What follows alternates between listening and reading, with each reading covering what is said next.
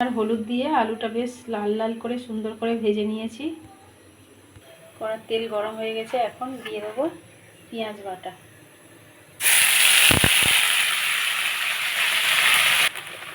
রসুন বাটা দিয়ে দেবো।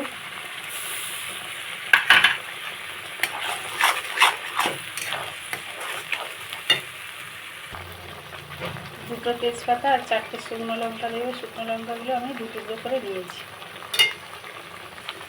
দিয়ে দেবো আদা বাটা।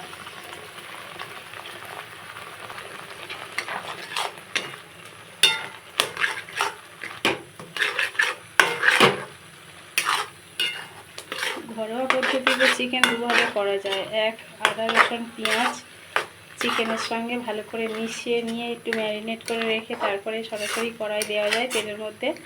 আবার নাহলে কড়াই তেল দিয়ে তার মধ্যে পেঁয়াজ বাটা, আদা রসুন বাটা, টমেটো বাটা আর যা যা দেবো সেগুলো দিয়ে একটু ভালো করে মশলা কষিয়ে নিয়ে তারপরে চিকেনটাও দেওয়া যায়। দিয়ে দেবো কাঁচা লঙ্কা বাটা।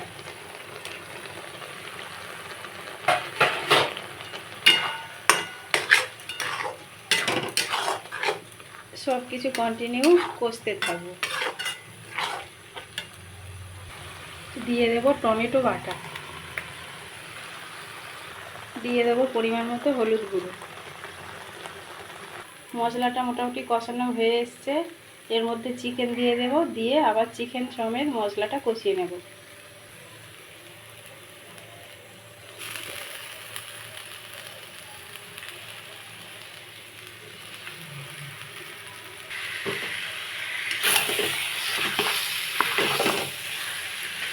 খুব ভালো করে চিকেনের সঙ্গে মশলাটা মাখিয়ে নেব, নিয়ে আবার কষবো। আবার সুন্দর করে কষে নিতে হবে। চিকেন থেকে তেল ছাড়বে। চিকেনে খুব সুন্দর করে কষানো মশলা মাখানো হয়ে গেছে। এখন একটু ঢাকা দিয়ে দেবো। এখন ঢাকনা খুলে একটু ভালো করে নেড়ে দেবো, যাতে মশলাগুলো নিচের দিকে ধরে না যায়, কড়াই লেগে না যায়।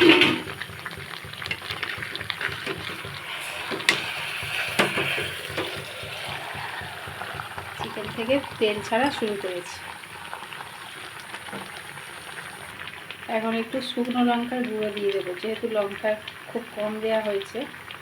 শুকনো ঝাল লঙ্কার গুঁড়ো দিয়ে দিলাম। খুব ভালো করে লঙ্কাটা চিকেনের মধ্যে মিশিয়ে দেবো।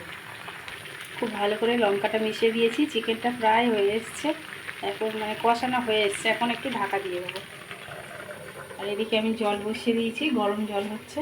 গরম জলটা দিলে খুব তাড়াতাড়ি হয়ে যাবে। চিকেন থেকে খুব ভালোভাবে তেল ছাড়া শুরু করেছে। এই যে আরও একবার নেড়ে দেবো।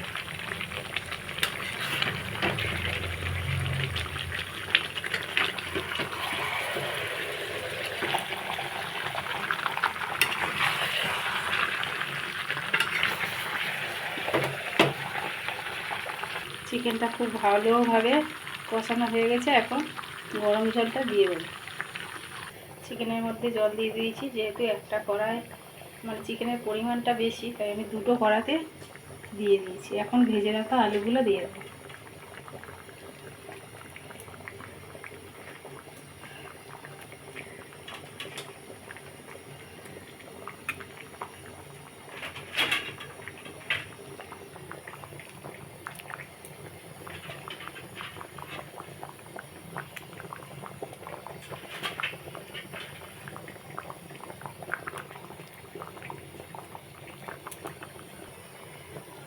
এখন একটু ঢেকে দেব। যেহেতু 2টো কড়াতে দেবো, তাই আগে আমি লবণ দিই। এখন পরিমাণ মতো লবণ দিয়ে দেবো।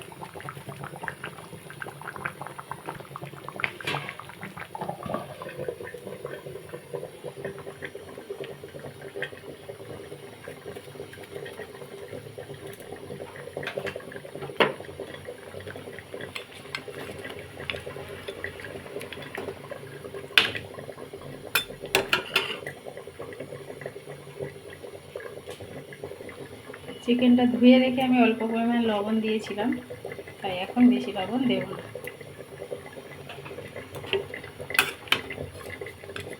অল্প পরিমাণ লবণ মাখিয়ে চিকেনটা রেখেছিলাম।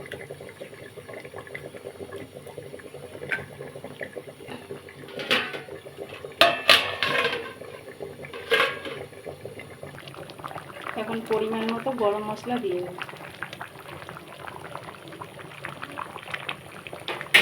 নেড়ে চেড়ে দেবো, নেড়ে দেবো।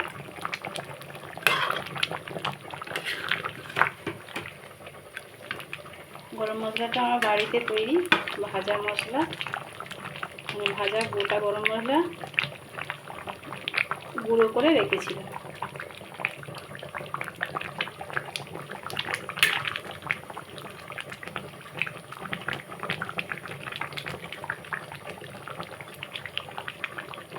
ভালোভাবে হয়ে গেছে চিকেন।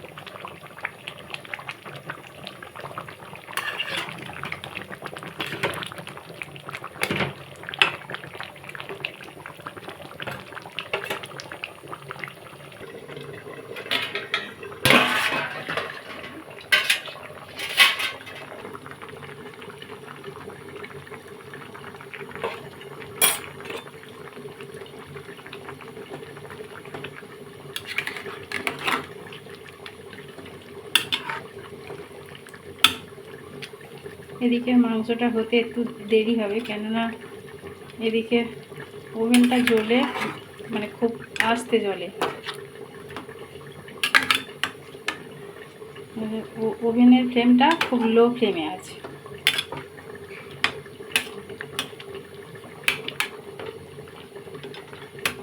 আর একটু ঢাকা দিয়ে দেবো। মাংসের কালারটা, চিকেনের কালারটা অসাধারণ এসছে।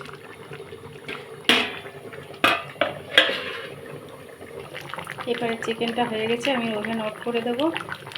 আর ওদিকে চিকেনটা হতে থাক, পরে নামিয়ে নেব। পুরো ভিডিওটা দেখার জন্য অনেক ধন্যবাদ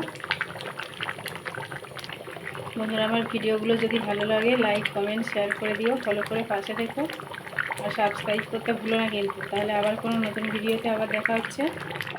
ওভেনটা অফ করে দিলাম, ততক্ষণে টাটা।